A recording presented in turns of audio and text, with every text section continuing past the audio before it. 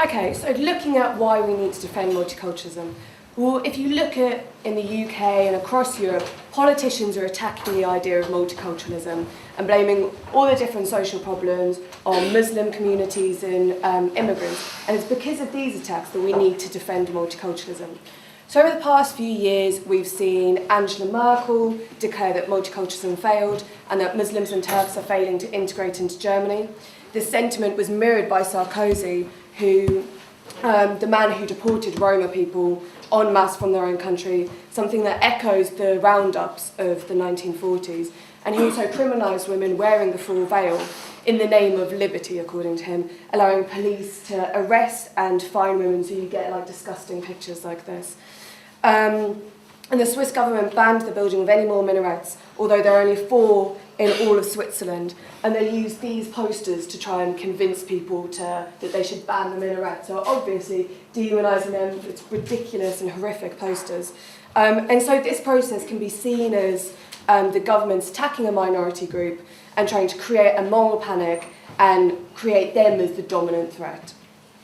And this level of widespread top-down racism hasn't really been seen since the 1930s. And in Britain, we can see this sort of same attack from Cameron as well in his speech last year in Munich, where he declared that multiculturalism was dead and the root of the problem was Islamic extremism. And he claimed that alien cultures were destroying British culture and our way of life. And that multiculturalism had created ghettos in the UK and that the Muslim community fostered terrorism and extremism. But the Tories, they're not just attacking Muslims, they're also tackling traveller communities as well. So last year we saw the violent eviction of travellers from their privately owned homes at Dale Farm. And last month we saw Tory councillors in Poole who told people not to give travellers any work in order to try and force them out of the area.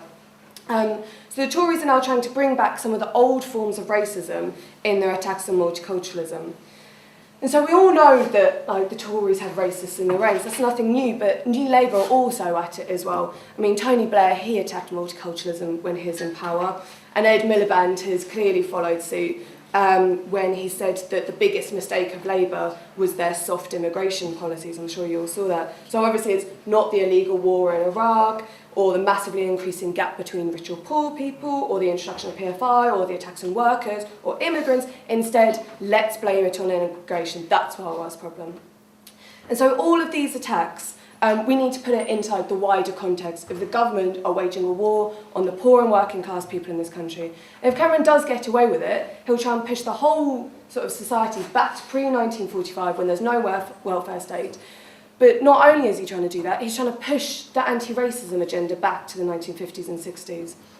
And so, but it's not just the politicians who are also attacking minority groups. I mean, we've seen Channel 4's Big Fat Gypsy Wedding, which attempts to demonise travellers as unruly and troublemakers and much more. And then we've also had the show Make Bradford British, which whips up this idea that society is falling apart with its opening lines, multicultural Britain needs help, some people just aren't mixing, our communities are becoming increasingly divided, and nowhere is the problem clearer than Bradford.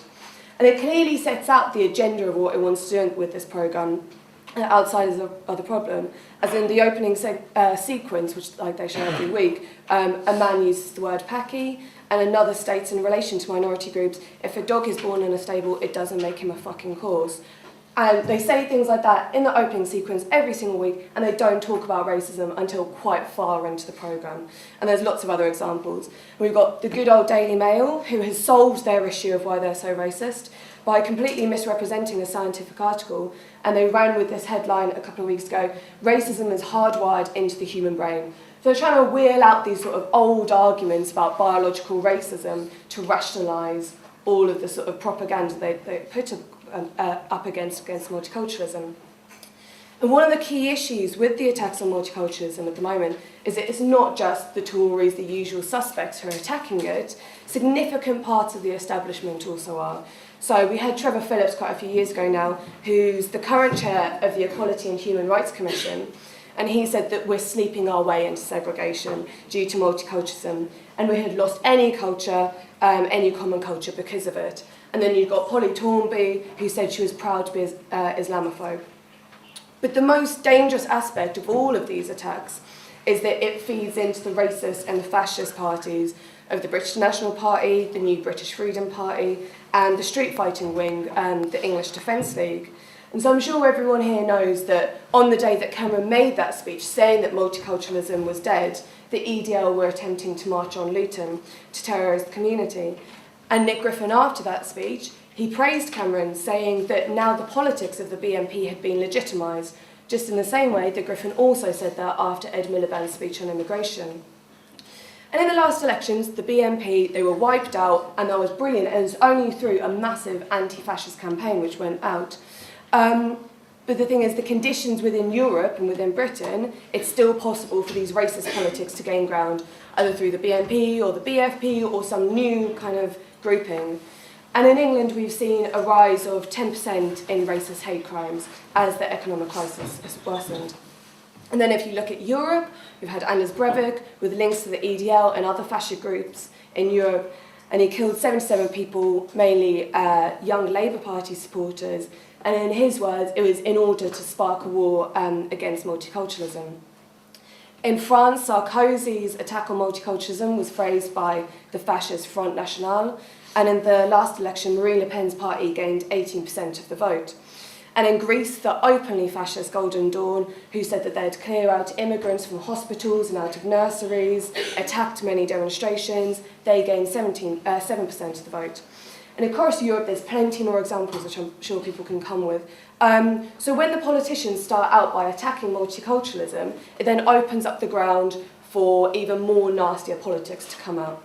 So what I want to do with the rest of the meeting is to look at where did this idea of multiculturalism come from, why it's under attack, and why I think as socialists we should be defending the idea of multiculturalism. Okay, so to begin with, where did this idea of multiculturalism come from? Well, essentially it came from a reaction to the open and quite common racism within the 70s and the victories which were run by the anti-racists. Sorry, this is meant to just keep on moving on, but it's kind of stopped now.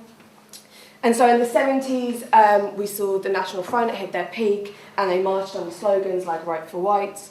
You had the Tory politician who campaigned on the slogan, if you want a nigger as a neighbour, vote Labour. And the argument that British culture was different and superior to the cultural practices in Asians, Africans or Caribbean communities with Britain came to the fore. So Thatcher in 78, she claimed that British people were really rather afraid that this country might be swamped by people of a different culture. And this all formed part of what Martin Baker and Anne Beezer termed the new racism. In other words, race was no longer the key issue, but it was other cultures that were the problem. So a slight move away from the open racism of Enoch Powell with his Rivers of Blood speech in 68, where he claimed that immigration was reducing the white rate. But it's still that sort of same underlying principle that others are coming in and diluting this supposed British race and British culture. But it was through the anti-racist struggles which defeated the National Front, the sort of multicultural communities were first kind of forged. Then in Britain, the riots in 81 and 85, this led to black and white people fighting together. And at that time, just like now, the ruling class were launching a full-scale neoliberal assault on the working class through mass privatisation. And the places which were hardest hit were some of the inner cities, as government took away people's social rights, their benefits, and unemployment soared. And on top of all of that, the police stopped and searched huge numbers of black and Asian people based on nothing in particular other than the colour of skin under the racist sus laws. So people responded to this racism and the cuts by rioting. And I think it's important that it's not just race riots, they were class riots as well, as people fought against the government, attacks on some of the poorest people, just like we saw in the summer riots of last year. So the ruling class had two choices based on the backdrop of these anti-racist victories in the 70s. They could either crack down further or try and give benefits to some people and try and simmer out the anger. So in 81, the government launched the Scarman inquiry into the riots. But instead of recognising that it was the institutionalised racism which was the problem, they blamed the African Caribbean community, who said that they must have a cultural disadvantage. And apparently their cultural disadvantage was absent fathers, lack of role models, poor educational achievement and criminality, which need to be challenged by these superior British cultural values. So it's Just like you saw in America after the Civil Rights Movement, where they bought off parts of the black community to pull them away from groups like the Black Panthers, the government here tried to buy people off to stop more rebellions against the government. Because for 1 or 2 days during those riots, the police just lost control of significant parts of Britain. And so they knew there was a big feeling of class anger there. So the government started this top-down multiculturalism policy by choosing the most passive elements and conservative parts of the movement to be the token leaders for it. Therefore, multiculturalism started to become institutionalised. But critically, this formal anti-racism, it didn't do anything to contest the institutionalised racism which continued within the system. And it also misses the pretty much critical point: the cultures weren't living side by side separately, which is what this word multiculturalism kind of sort of makes you think, but they're also already integrated as well. And so the government, they've provided some grants, they've opened up some centres, and they've talked about multiculturalism. But multiculturalism is what I think most people, when they use it, think about as the idea of black, white and Asian unity. That's been fought from below. So through the riots of the 80s, through uniting on the streets, through the Anti-Nazi League, and now through UAF, against racists and fascists, through strikes, through cultural events in our schools and our communities, all of those different things, that's where our sort of view comes from. And when they talk about multiculturalism being dead, when Cameron and Malcolm have been saying those things, they just mean that they're talking about their top-down multicultural policies. They're dead, they're not going to go on with it, but they also want to try and split up our communities as well, to try and divide us. So what kind of arguments do they put forward to support this view that multiculturalism dead? So one is that multiculturalism has led to segregation. Those others over there, they won't integrate. And because there's these laws against racial discrimination, obviously it couldn't be a problem with racism in wider society. They blame it on the faults of minorities, which is just ridiculous. And a couple of years ago, YouGov did a survey where they asked black and Asian people where they felt most integrated in their lives. And the majority said that they felt most integrated at work, then in education, and the least was in housing. So why could it be the case that people feel most segregated in their housing? Well, first, who decides where poor, migrant and working class people live? Well, the local councils and the governments do. They've pushed black, Asian and migrant populations into poorer areas. And secondly, if you live in a society where there's lots of racism and you're faced by racism, you're going to look for protection as well against racism within the wider society. So this argument then follows that multiculturalism has led to self-segregation and the growth of terrorism in Muslim communities. But this is just patently not true in any way. Terrorism in the West has much more to do with the war in Afghanistan, in Iraq, and Western policies towards the Middle East. And also a reason which is often cited for this rise of Islamophobia is due to the war on terror. And this has been a key factor because the politicians and the right-wing media have whipped it up, but hostility towards Muslims predates this, and it stretches back all the way to the Iranian Revolution.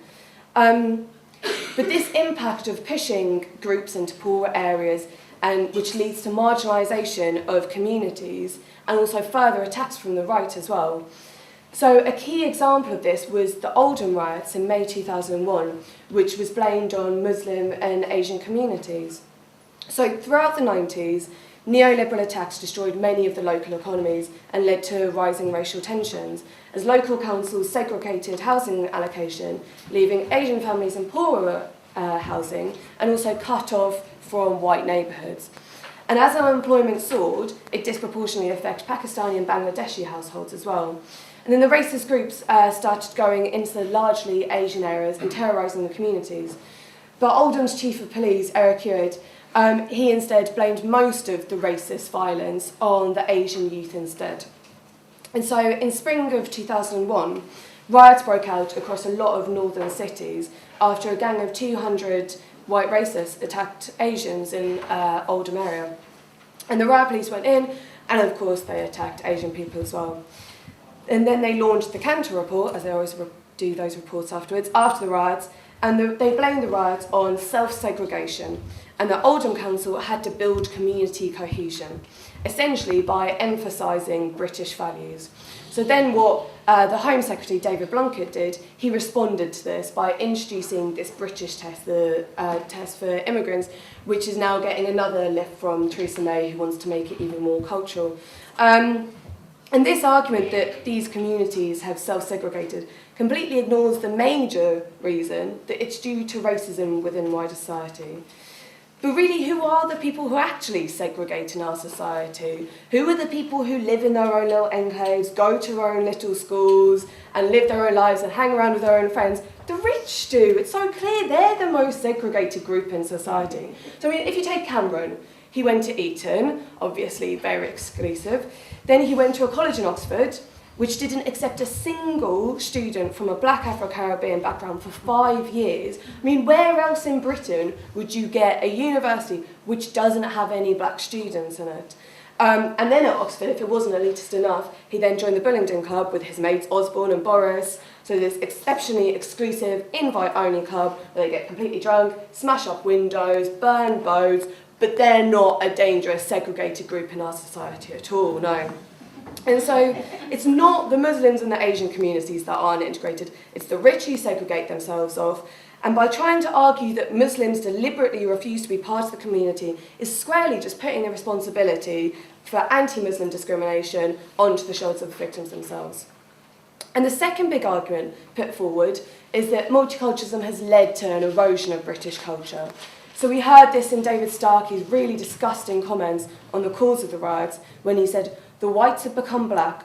A particular sort of violent, destructive, nihilistic gangster culture has become the fashion.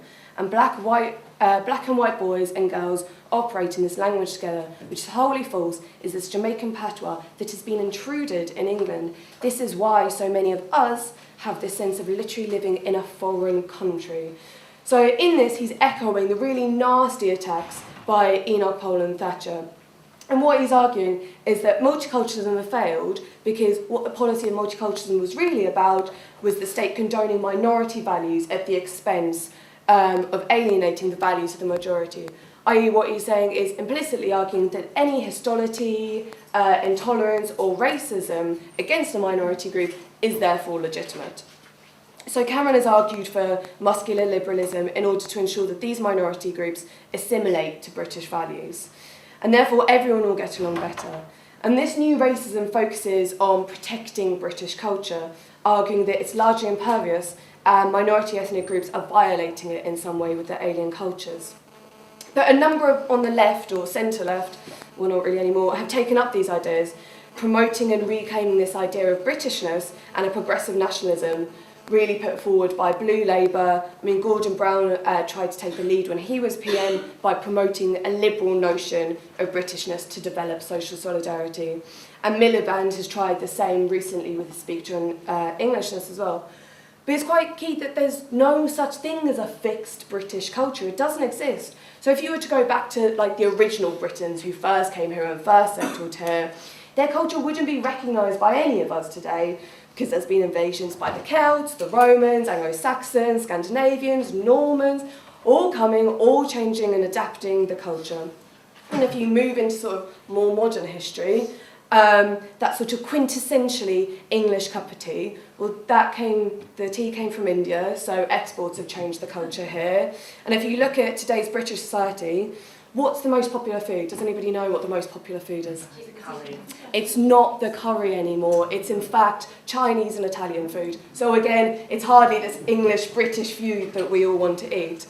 You know, if you look at a lot of the films, most of them are American. People listen to music from all over the world, and all of this leads to changing and influencing what people see as British culture. And critically, whatever we decide, whatever sort of factors we go, right, this is British culture today, in 100 years, that will not be British culture in any way whatsoever. But more importantly than those kind of aspects of film and food and things like that, it's through this they try to create a distinction between Britain's supposedly superior values of things like democracy, tolerance, human rights, with inferior cultures and values, particularly against what they say are Islamic values of oppressing women and extreme religious laws.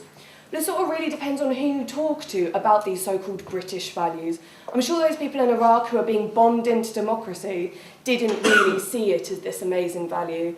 And every day there are women in British society who suffer some sort of oppression. And, you know, the list goes on of how Britain has attacked human rights and things like that. But also, just in the way there's no monolithic British culture, there is no single Muslim culture as well. And to stereotype it in this way is just fictitious. Social identity is a mix of class, country of origin, language, family circumstances, a whole multitude of different views which lead people to thinking in different ways. So therefore, when racists say there's this Muslim identity, it's false. They're developing this socially kind of constructed view as Muslims as this other. And therefore, this other is radically different and hostile to British identity. And a third big sort of argument against multiculturalism is that the reason you can't get a job is because of immigration.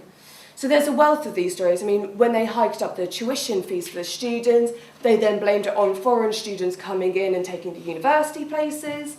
And you got Ian Duncan Smith. He stated that the reason he was cutting job seekers' allowance was because too much was being paid out because too many foreigners were taking the jobs.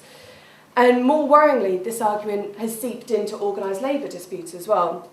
So at the Lindsay Oil refinery strikes, the slogan "British jobs for British workers" came out, which had come from Gordon Brown and was supported by Derek Simpson, the former Joint General Secretary of Unite.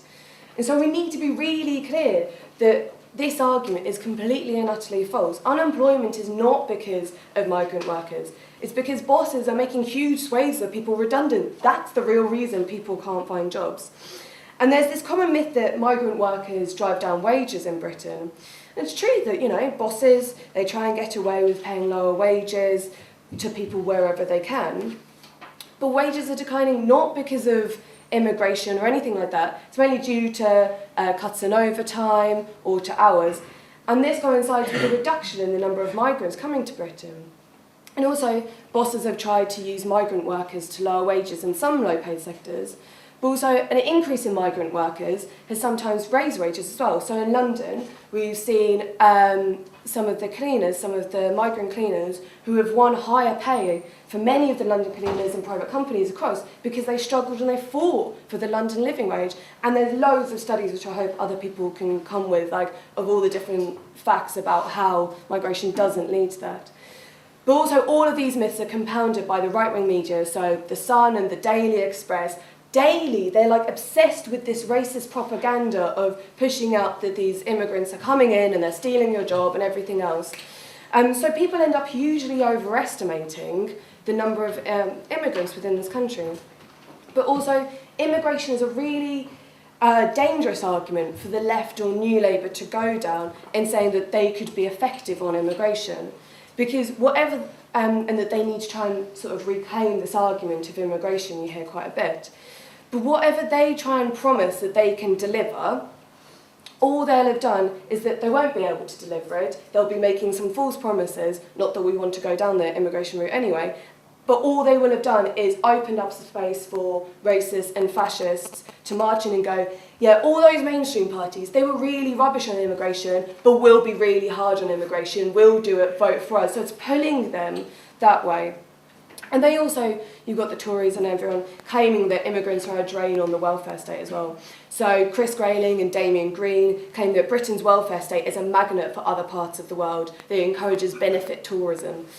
But the figures, they can show a completely different picture. So there was a recent study on Eastern European migrants from 2004, and it found that migrants were less likely to receive welfare benefits or live in social housing than those born in Britain, and they paid more taxes than they received through public services such as the NHS. And Cameron has said that unless he cuts the level of immigration, it'll be a massive burden on the public services. He's sort of completely ignoring that he's just totally destroying everything in the public services, and that's not actually the major issue of why it's causing problems. So it's just another cheap shot of racism and scapegoating from the Tories. And this new racism against culture and immigration opens up a space, and as Bat wrote about, is the cutting edge to allow older forms of racism to come through. So when people argue against Muslim communities, you see it slowly slip into this, well, we don't want Asians here. we've seen Jeremy Clarkson, he's saying many racist things, but lately he said that we could cut queues in the airport if we just allowed for a little bit of racism. And so people are arguing that they're not being racist if they don't like Muslims because they're not a race. But this whole concept of what is a race means there's a set of biological characteristics which sets them apart from other people. But as soon as you question this, it hits loads of different complications. What if their nose is a bit too big or a bit too small? What if their colour of the skin isn't quite right? Like, all of these different things, that there's just no biological validity to this concept of race. But racists, since the Enlightenment, have not just relied on this biological racism, but also cultural racism as well, this notion that race overlaps with nationality and ethnicity. And so stereotype versions of people rely on them having personality traits. So you've got Asian people are good at science, Jewish people are misers, black people are aggressive, Muslims are extremists, and so on, with all of these different racist stereotypes come out. But as politicians and the media have constructed Muslims as the enemy within who attempt to subvert our mainstream culture, it's given the racists who use this acceptable form of Islamophobia to spout more racist arguments. So you've got UKIP, who declared that Muslims are slowly colonising British cities in Europe, and the growth of the EDL, who 3 years ago started off under this guise of they were against extreme Islam. And so they pushed like their black and Sikh members to the front to show that they weren't racist in any way. But that pretty quickly slipped and they showed their true nature. So on demos they attack anyone who isn't white, they attack anyone who is white but isn't on their side, they attack Labour Party meetings, trade union events, they Zeke Kyle, they daub swastikas on religious buildings. And you've seen the BNP, they've argued that there's an Islamic colonisation in the UK which amounts to a bloodless genocide, therefore they need a national liberation struggle. And this sentiment is repeated by Breivik, Golden Dawn and many other fascist groups across Europe. And this interplay between authoritarian policies of European states, media propaganda and the racist far right has led to a growth of xenophobic and outright fascist parties. And as Paul Foot wrote in Immigration and Race in British Politics, politics can drive the knife home or remove its menace. No one can underestimate the danger of that choice. The tiger of racialism, once unleashed, knows no masters. It devours its liberators and its prey for equal ferocities. So for socialists, in arguing why we should defend multiculturalism, we need to understand where this racism comes from. It doesn't just appear out of nowhere. People aren't naturally racist. It's based in the competition that exists within our society. There's competition for resources, for jobs, for a social wage, and so on. And we're currently facing the worst economic crisis, worse than the 30s. And people are being pitted against each other to find a job or housing or money or to pay their bills. And racist propaganda is being pumped out so that people blame each other for the social problems rather than looking at the government and capitalism as the major reason. In capitalism, it's very dynamic, it continuously adapts, and therefore we need to see that racism, it isn't fixed, it changes over time according to the conditions which exist in society at that time. So because biological racism is largely, people don't accept those ideas anymore, it's been pretty much largely discredited, then the ruling class, they increasingly need to rely on this sort of cultural racism instead. And capitalism, it forces us to work in this homogenised way and tells people how they should behave, how they should live, how they should work in their lives. And the ruling elite, they continually reinforce this idea that there's this British culture to try and bind us together. So when you try and understand why you've lost your job, that they want you to try and look at other people in society and blame them instead. But when you look at Cameron, Merkel, Sarkozy and the rest of them, they all seem to have quite a lot in common. They all dress the same, they eat the same food, go to the same restaurants, stay in the same hotels. And their life, it doesn't really sort of resemble any of our lives. Well, it doesn't resemble mine anyway. But when we look at the people, who are fighting in Spain, in Greece, in Egypt, you look at what they're doing, they're trying to fight against austerity. And that sort of resounds a lot more with what our lives, what working class people's lives are a lot more, rather than the ruling elite. So this sort of whole British culture thing doesn't quite sit. And it's in this context of racist attacks on multiculturalism, massive attacks on people's jobs and livelihoods, and an incredibly scary threat from the far right, that we need to defend multiculturalism to the hilt. So when it's blamed for everything from terrorism to segregation to violence, and it's attacked by the whole of the state, the Labour Party and sections of the trade union movement, we need to rally around and defend multiculturalism. We need to defend it ideologically by promoting other cultures, for example through Black History Month, in order to demonstrate that this British culture is not superior in any way. We need to support the right of immigrant communities to live their lives without pressure to conform. But we also need to defend it through our actions. So when we go on strike, we see that there are workers from different countries and backgrounds. So on my picket line, I'm in UCU, there's always lots of different people, and different people come down and see us. And that's the kind of solidarity and unity that we want to be taking forward. But we also need collective action. We need unity to stop the racists and fascists on the streets when they come out after these attacks. So we've seen when communities united together against Mosey's fascists at Cable Street, and black and white Asians united together in the Anti-Nazi League against the National Front, and today in the UAF against the BNP and EDL. And so also we need to be in Waltham Forest when the EDL are planning to be there on the 18th of August. And that is the multiculturalism that we need. We need to be united together. And this works. I mean, if you look at the problems that we have with Nazis, it's still pretty bad, but it's not as bad as where other countries who haven't gone out on the street and stopped them fighting. But whilst I think we need to defend multiculturalism, it isn't enough. There's lots of problems with the word multiculturalism, and we need to fight for more. So as international socialists, we want an international culture where everyone is united and no one is segregated or excluded. So we need to challenge these ideas of the ruling class's idea of British culture. Because culture is not the defining line, neither is race. Class is the key factor which cuts across all society. And capitalism seizes on these differences in order to keep the working class divided, whether that be race, culture, religion, and so to try and stop the working class uniting together. So essentially what we need to get rid of capitalism, and only then will we get rid of racism, new and old forms, and this can only be done through a revolution where black and white and Asian people and everyone unite together to change the system and create a socialist one where there isn't competition and inequality.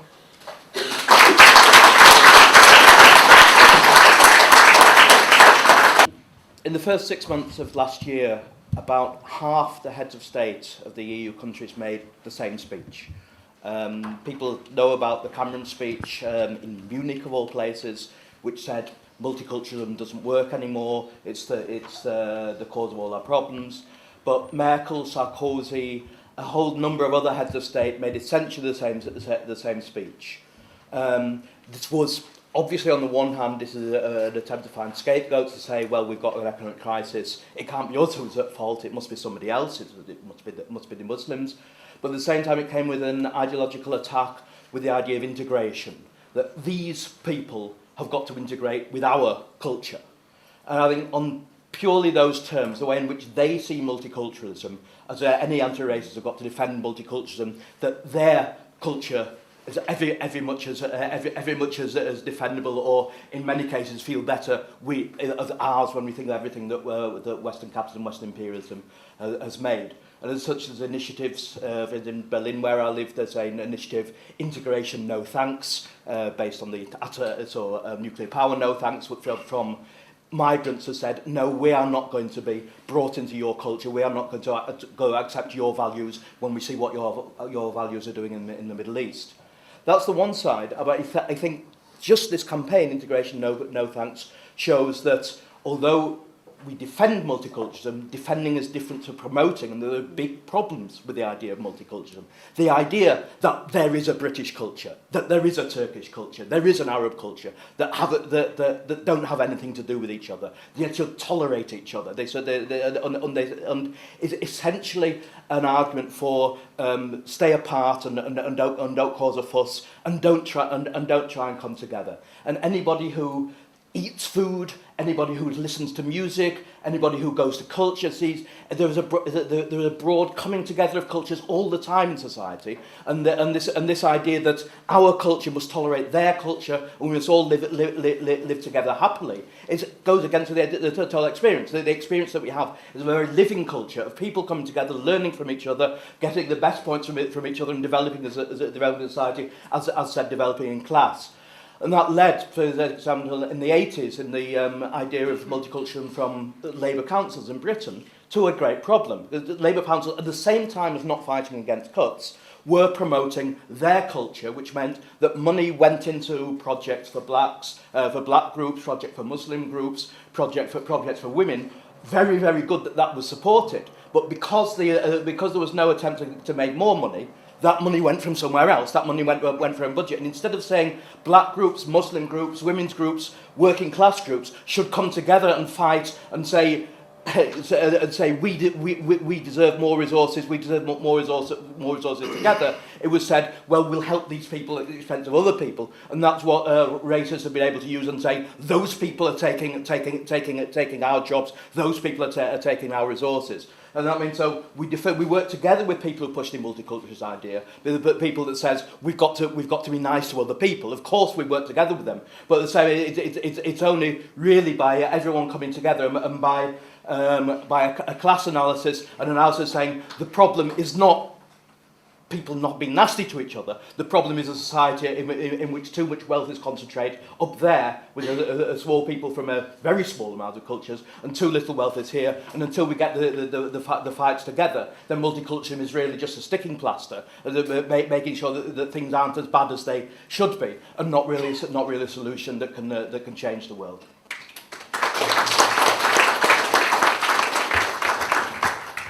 Comrades, there's one culture that I really hate and I really am against, and it's the culture of greed of the 1% at the top of our society. And when David Cameron talks about a culture of entitlement, I don't know who you think about, but I think of Bob Diamond. I think of Bob Diamond that told us all that after the banking crisis, no need for any more rules, let's kind of move on. At the same time, Barclays Bank had their fingers in the till and were fixing interest rates and the LIBOR interest rates and all the rest of it. What does he expect? Any of us would expect to be eating porridge. He expects a handshake of 20 million quid. That's the kind of culture that we must stand against. There's another kind of culture that comes from these people as well, and it's the culture and a language of saying, well, you know what, these tax, too much of our tax money is going on benefits on the welfare state and all the rest of it. And this is largely coming from people that hardly pay any bloody tax at all. They pay little to no tax whatsoever. This is an absolute scandal. They have their own organisation called the Taxpayers Alliance. It's an absolute bloody misnomer. It's a pay fuck all tax alliance, what it should be called. And I was at a meeting like this before, and in terms of kind of fighting racism and all these arguments and that, lectures like this are very, very important. Lectures like this are very, very important, and people talk about education. Education's not enough. David Starkey, you can't get any more education that fella's had.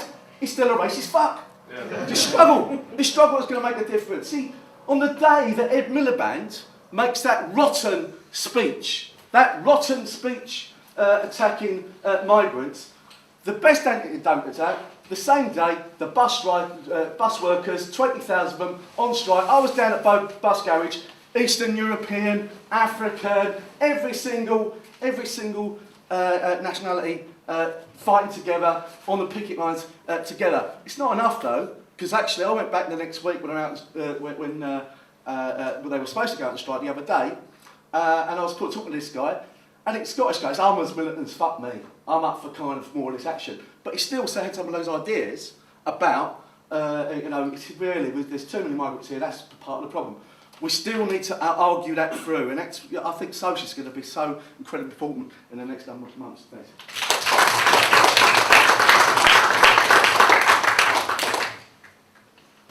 Hi, my name's Alex, I'm from Leeds, and I think the point you made about the idea of national cultures, especially this idea of British cultures, you're really hitting the nail on the head there, and how they push this view through they have a complete dominance over the narrative over what culture is.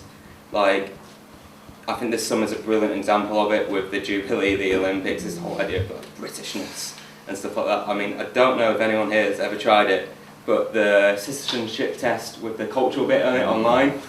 I mean, if you've ever tried that, like, I failed miserably. Like, I'll be denied citizenship from the UK, and I've lived here my whole life. Because, you know, that does not represent what culture is for the majority of working class people. It has, you know, it's this monolithic idea of what a national culture is. There's no such thing as a national culture, and it's something that really needs to be contested. Because with the idea of these national cultures, they're able to enforce their superiority through what they tell us, and, you know, the whole narrative of it all. I think a brilliant example of it is, like, where I'm from in Leeds. I live in the Hyde Park area, which had, you know, riots back in the 90s, and out of that came something called Unity Day, which is a very working class based, proper multicultural event, and this event is horribly oppressed by the police, the council and stuff like that. I mean, it's happened this weekend, unfortunately. I missed it because I was down here, but the amount of restrictions put on it, and, you know, the police are always going about the violence there. There was barely any violence there and stuff like that, but they install this narrative upon it, like, oh no, you can't have these people together because everyone won't get on.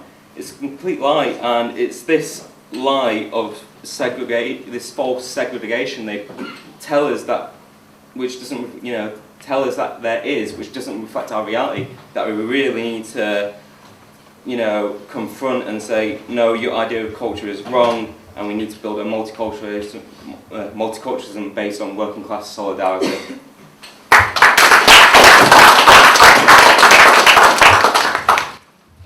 Yeah, yes, comrades. I want to come back once more to the great Professor Starkey, who was asked his opinion on the Rochdale so-called grooming case. And this is what the blazing genius of Mr. Starkey came up with to explain why a group of Asian men were caught grooming and sexually abusing women. He said, nobody ever explained to them that the history of women in Britain was once rather similar to that in Pakistan, and it has changed. So obviously, you know, that's the basic problem. His solution? English history should be taught to ethnic minorities in schools so they would become English men. Now Starkey is a historian who specialises in teaching the life of that great English feminist Henry VIII.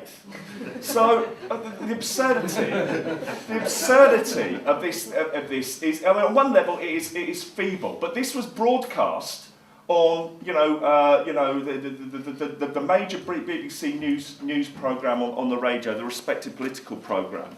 And in all the papers, it was accepted as a great insight into things. And on one level, you can think this is pathetic and this is stupid, and people can see through it. But there's a spectrum, and on one level, it's idiots like this.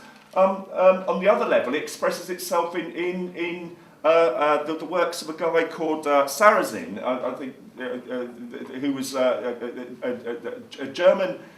Intellectual, he was on the investment bank, as I understand it, the National Investment Bank being based in Frankfurt, so a very, very leading figure, who wrote a book in 2010 called Is Germany Destroying Itself?, in which, you know, people have talked about the description of the debate on culture has replaced the debate on, or the arguments about biological inferiority. Actually, he went right back to biological inferiority. He was arguing that Turks are genetically disposed to running shops, that there's a Jewish gene that means that, you know, Jews are financially grasping and all this kind of thing. You know, absolutely foul. I mean, as I understand the story, he was suspended from his job in the investment bank, but was allowed to remain a member of the SPD, scandalously. I mean, there's German comrades in the audience. Perhaps they can, bring us up to date on that story. This stuff is foul. It's out there. It's becoming a mainstream sort of discourse, and it needs to be fought against, and it can be fought against. You know, I was on many of practically all of the Sparks demos in London. Fighting against the tax on their wages and whatever. And at the beginning, this idea of British jobs and British workers was there. I mean, workers, they'd have an open mic after people had, after the leadership had been discussing things. So anybody could step up. And at the beginning of that struggle, You know, I remember a guy got up and said, you know, the problem is Polish workers. Polish workers are undercutting our wages by working for less money, and then they send this money to Poland, which drains our country of investment. So there's two stupid ideas. The Poles are working for such small money they're destroying our wages, and this small money is responsible for not being invested. Well, but in the course of struggle, with Polish workers were involved, socialists were on there arguing against it, and we were black and we were white and the rest of it. Nobody, I don't know, we completely wiped those ideas out, but nobody had the confidence to actually articulate them again. And it's disgusting that Ed Miliband, who leads the Labour Party, the son of Polish Jewish immigrants who fled Belgium from the Nazis, can regurgitate this shit. I don't think he believes that English, that immigrants are the problem. I think he thinks that white working class people believe they're the problem, and he wants their votes, and he'll grub in the gutter. Hold the line. Immigrants are welcome here. Be with us in Walthamstow on August 18th. Let's keep the fucking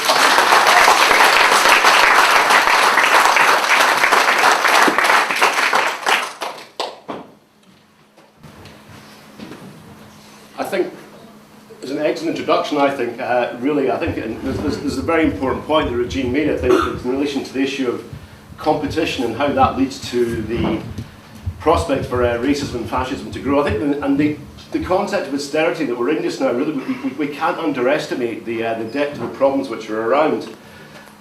Referring to Europe, for example, I think if you look across Europe, there are some real warning signs there that we need to be extremely concerned about. I was in Dubrovnik recently, meeting with a group of social workers and social work academics, and within that there was just the most disturbing tales of what's happening, for example, in Hungary, where you've got the Jobbik, the openly racist and fascist organisation there, and marching, not just marching against immigrants, but marching against austerity. And that's the issue, because actually in the context of austerity, then actually ideas can shift and change, and it's not automatic that we will actually win the ideas and actually have a sort of fight towards the left. We see what happens in Greece, we see what happens elsewhere, but there are real warning signs of these issues redeveloping.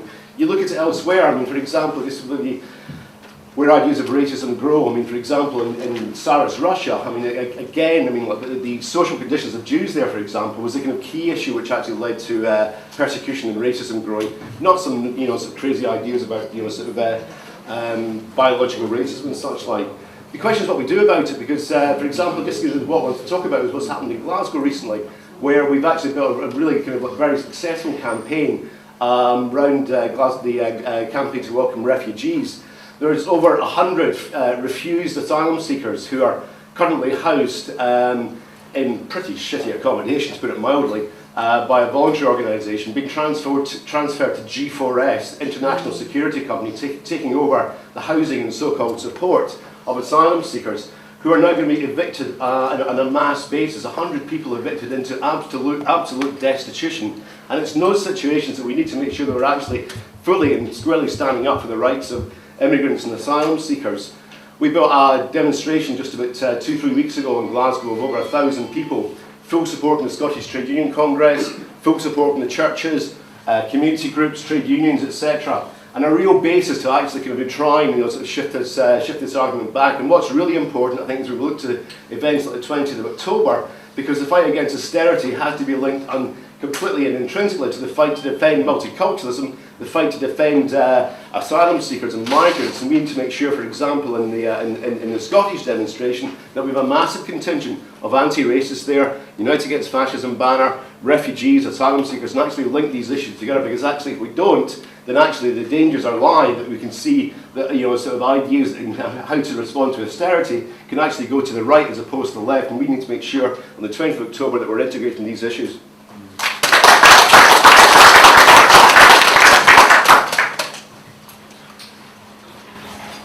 Yeah, so I agree with everything that's been said on like immigration and race and culture, but I don't know if I'm the only one here, but I just feel as if multiculturalism is like a red herring for my Socialist Worker Party and left-wing people, because it does represent segregation. And where I come from, Watford, large parts of it is just dominated by Asian people and they don't integrate. And I just feel as if you need to stop defending multiculturalism, because it represents special rights rather than equality for everyone. And I think you need to defend overall principles such as equality and freedom for everyone rather than just individual rights for individual groups.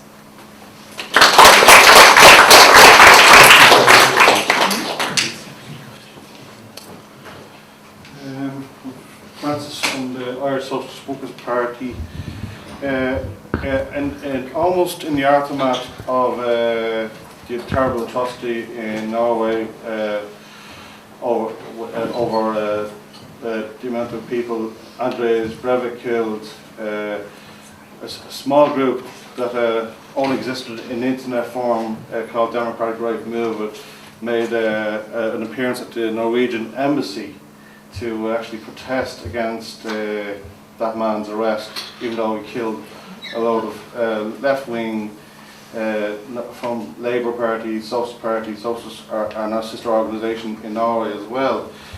That was quite shocking, and I never thought the day would come where I would actually confront a couple of far-right Nazi scumbags in O'Connell Street in Dublin, if anybody of you know. But around the day of the fiscal treaty with some of you know, we did. There was only 2 of them, thank God. And between ourselves, Anti-Fascist Act, and a couple of Republican left groups, they got the heck out of there very quickly, and they also called the Gardaí to try and get their leaflets back, blah, blah, blah, blah, blah.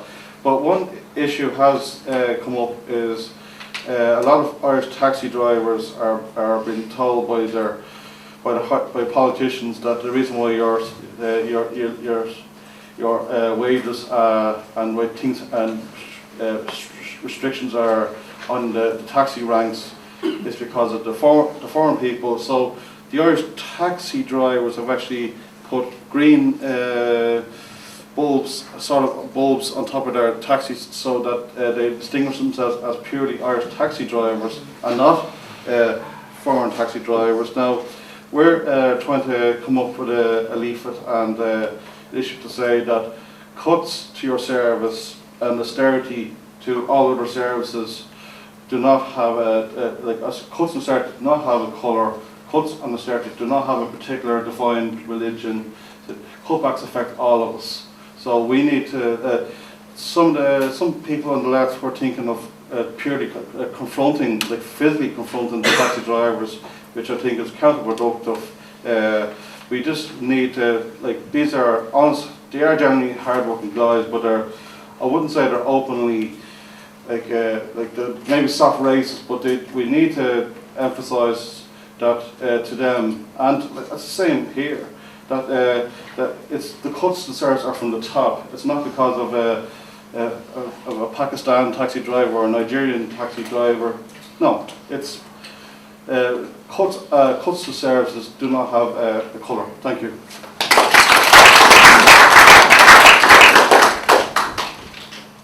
Hi, my name is Cecilia. I currently live in Leeds, but I am originally from Norway, even Oslo, and I used to go every day where the Breivik atrocity happens and got very shocked as everybody else.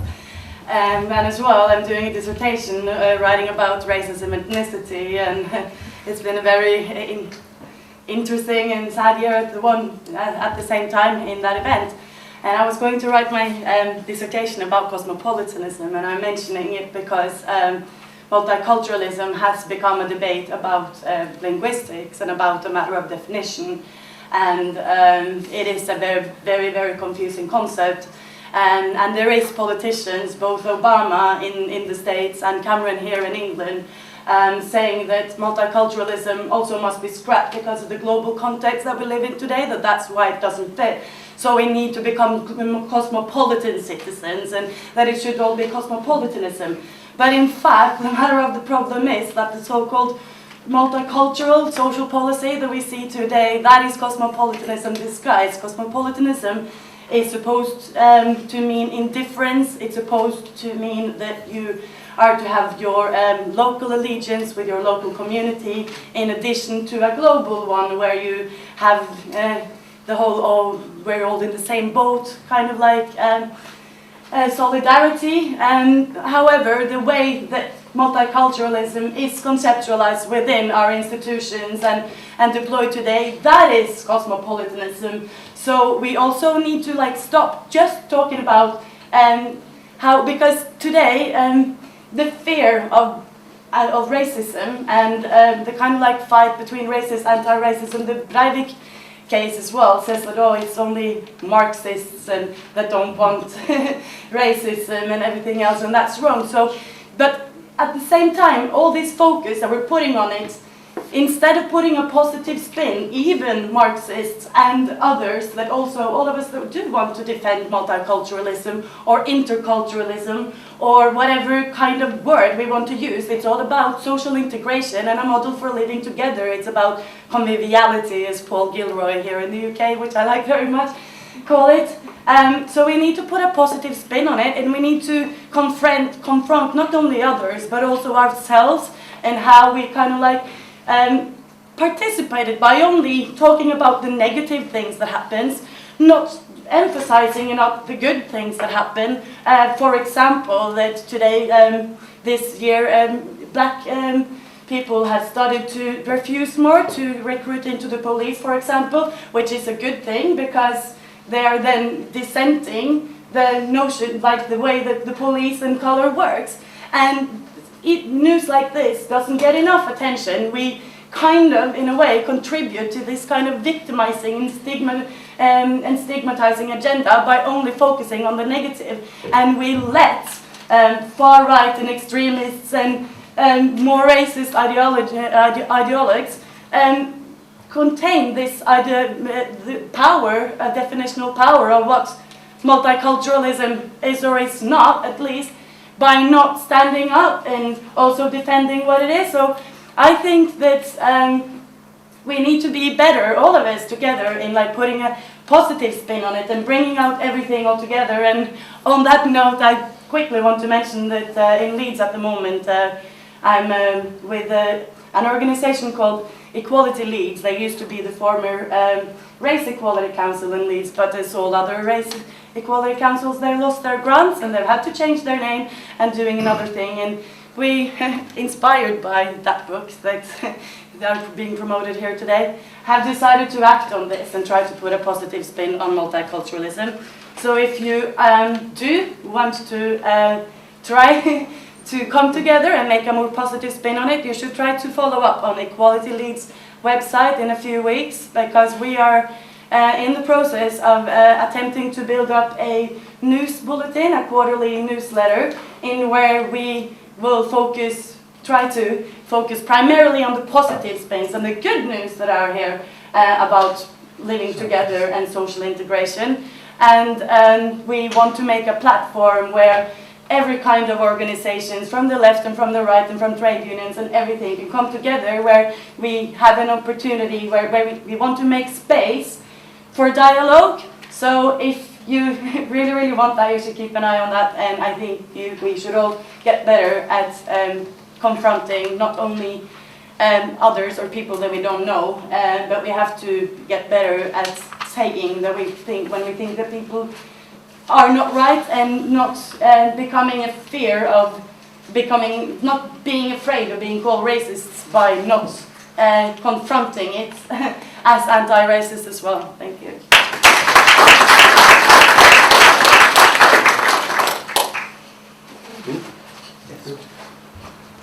My name is Volker Mosler. I come from Frankfurt in West Germany. In Germany nowadays. Sorry. It used to be West Germany. I want to say a word about Sarrazin. This book had been sold, Comet mentioned his name, and this book had been sold 1.5 million copies. And interesting, the reaction of the media and parties and to this book. On the one side, they were a little bit embarrassed because of the genetic racism. About the Jewish gene, the comment mentioned it, yeah? And also he rambled on about genetic differences between Arab and African people and the whites, yeah? Also, he had really reactionary old style racism in it, and on the other side the emphasis was on cultural racism. So they loved this bit, but they were a bit embarrassed about his old racism. So he came under, on the one side, he went to all the talk shows, and they said we have to differentiate between the good side and the bad side of his book. So in the end, half a year later, he came out with a self-criticism and said, I shouldn't have written the thing about the Jewish genes in this book, because it stopped me being even more popular. So this says something about the emphasis the ruling classes with their fine noses on what sort of racism can be spread nowadays. In Germany, the old-style racism, the Nazis have spoiled it to a high degree. Yeah? So nobody dares to say something about genetic racism, but it's very progressive to see, or very accepted to say something, to say anything which goes into the direction of cultural racism. So this, I think, has really changed. But I want to say also a word about multiculturalism and internationalism, because I think this is a tension between these two terms. And I think I like the way the speaker put it. She spoke 90% about our, as socialists, to defend the right to be different. I think this is the essential idea. We defend the idea that all people who come from other countries, other cultures to Germany and to our countries, to believe in what they believed before, to have their own food, to have everything different. I think this is very important because the ruling class say all the time, you must become like us. That's the essential thing. And therefore we have to say, no, no, no, they have the right to be different. But at the same time, of course, all cultures have two sides. There's always a reactionary side in every culture and a progressive side. Because they're everywhere, there have been class struggles and ruling classes, and I think therefore you have to always bear in mind that every culture is not a thing, has not one idea, there's many ideas, and we have to find a way to stress what binds us together, to connect the progressive side of all the cultures, and therefore I like what our great poet Goethe, I think you spell it different, you say Goethe, don't you? Yeah. So Goethe, I say Goethe. He said he find the word, he developed the idea of world literature. This was his term actually. And he went into great detail to study Arab and Iranian and Persian culture. And he used it a lot in his works. He came even to a point where he said, I like to see myself as a Muslim, which is very embarrassing to the ruling class nowadays, because they don't want to know anything about Goethe. And he wrote a lot about Islam and Islamic culture. And then he said there are progressive ideas in all the world literature, and we should use it up. So I think the term of world literature we should connect it with a world culture, if you want to say. This means to try to connect all the progressive ideas and fight for a democratic world culture. Want to say that like this? Thank you. I'll just keep contributing short, mainly because we're running out of time. And something which I've noticed, which just seems utterly bizarre, is that how the racist xenophobic bigots in our society claim that they're the ones being persecuted. I mean, quite often you'll find that, for example, with the BNP, quite often Nick Griffin in his literature claims that he's the one being persecuted rather than the minorities in this country. And it's important to remember that Nick Griffin is a Cambridge-educated lawyer, and to show that if he has problems with being persecuted, there are many others in society which have far worse a problem. And you'll find that, for example, in the Netherlands, the leader of the Dutch Freedom Party, which apparently is only freedom if you're white and middle class, he claims that it is becoming impossible in the Netherlands to be white, middle class, heterosexual, and to drive a car. And it's just, I think that's something that we really need to do, is challenge the narrative, especially among the sort of media types, that they're the ones being persecuted. I mean, you'll find that whenever David Starkey says basically anything, the Daily Mail will put in its editorial, what David Starkey is doing is brave. It's brave that he's coming out against the evil liberal establishment. And they forget that the Daily Mail has been saying the same crap for decades previously. It's absolutely ridiculous. I think what's incredibly important for the socialist movement is to change the narrative so that especially the rich ruling elites can't claim that they're the ones who are being persecuted.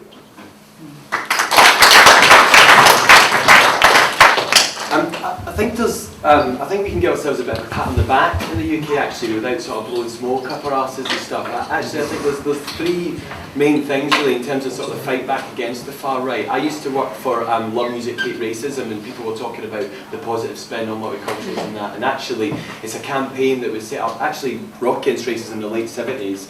Against the National Front at the time, and it's set up, and it basically sets up events up and down the country, promoting with music basically, which is obviously the clear example and really sort of organic proof that cultures do mix and they can mix, and it's very, very powerful. And that we've been having that up and down the country, in every city up and down the country really, and it actually had a huge gig in Victoria Park in 2008. It was 100,000 people there. It was very, very powerful at the time in fighting against the idea of the BNP, and it's a new generation that we're reaching out to, and it's very, very important. But it also facilitates another thing, and it's another important factor which really comes into this. Actually, when we're fighting the EDL and the BNP, we have to mobilise, and we have to mobilise in the widest possible way. People have already said it. We have to, in each area, Unite Against Fascism groups have to really exist, because the EDL have had 96 demonstrations. We've had 96 counter demonstrations against the EDL up and down the country, and they're not really going to stop. Yes, we've been very, very successful in beating them back, and the reason we've done that is because we've managed to unite faith groups, trade unionists, councillors, people from all aspects of life coming together. And this demonstration in Tower Hamlets was an absolute it was breaking point for the EDL, and it really helped to fragment them in a lot of ways. And I'm not just pointing that because I'm but it was very, very key, and it's something that we have to really, it's a model that we have to use. There are people, anti-fascists, anti-racists in parts of Europe that are looking to the UK and saying, how did you do it? How did you manage to beat back the BNP? And actually we're one of the only countries that have successfully beat back fascism to a degree in the whole of Europe, and I think that's really key. But another thing I want to point out, because I don't think we can be complacent at all, is that, and I'll give you an example. I was at, I don't know if people know about Coruscant Oil Refinery over in Essex, which is a huge oil refinery. It's been shut down and 850 jobs are being lost. Now, actually that's going to have a huge impact in the local community there. I've been down in Essex, and it's very, very huge, poor area, and actually we did petitions out there, and the amount of people that I've spoken to there that know somebody that works there, is related to somebody that works there, it's going to have an absolutely devastating effect on the community. We had a meeting that was set up with the Coruscant workers to try and encourage them to have some sort of a strategy to fight back, and to have some real direct action in there to stop them from closing it down. And there were 80 people at that meeting.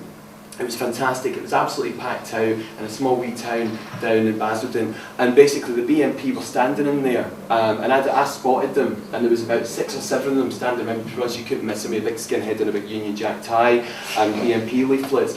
And what our comrades did was actually, throughout the meeting, basically pointed them out and actually said, this is that we had to really make that argument hard about we can't let racists and Nazis come in and divide us. They will actually prey on the weakest points, and that's what happened in Dagenham when the Ford Motor Company went down as well, and look what happened with the BNP there. And actually that's what they're trying to do, is prey on us when they're weakest. What we did was I made the argument and said to the chair that can we have a vote to expel them, and actually 90% of the people actually put their hand up and voted them out, and the BNP were kicked out. As socialists, we've got to be at the heart of every single struggle, do you know what I mean? And we actually have to unite all these struggles together, because it's workers themselves, working class people, that are going to beat this government. If we want to actually bring down the government, bring down the Tories, it's working class unity that's actually going to do that. That's the main thing. Okay, thanks.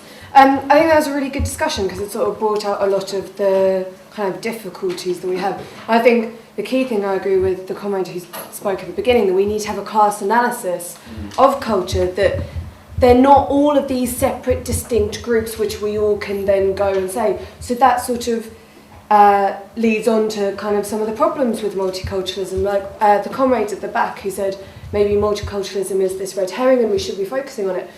I can understand that argument, because it's sort of looking at these things as they're all different groups and they can all just do what they want.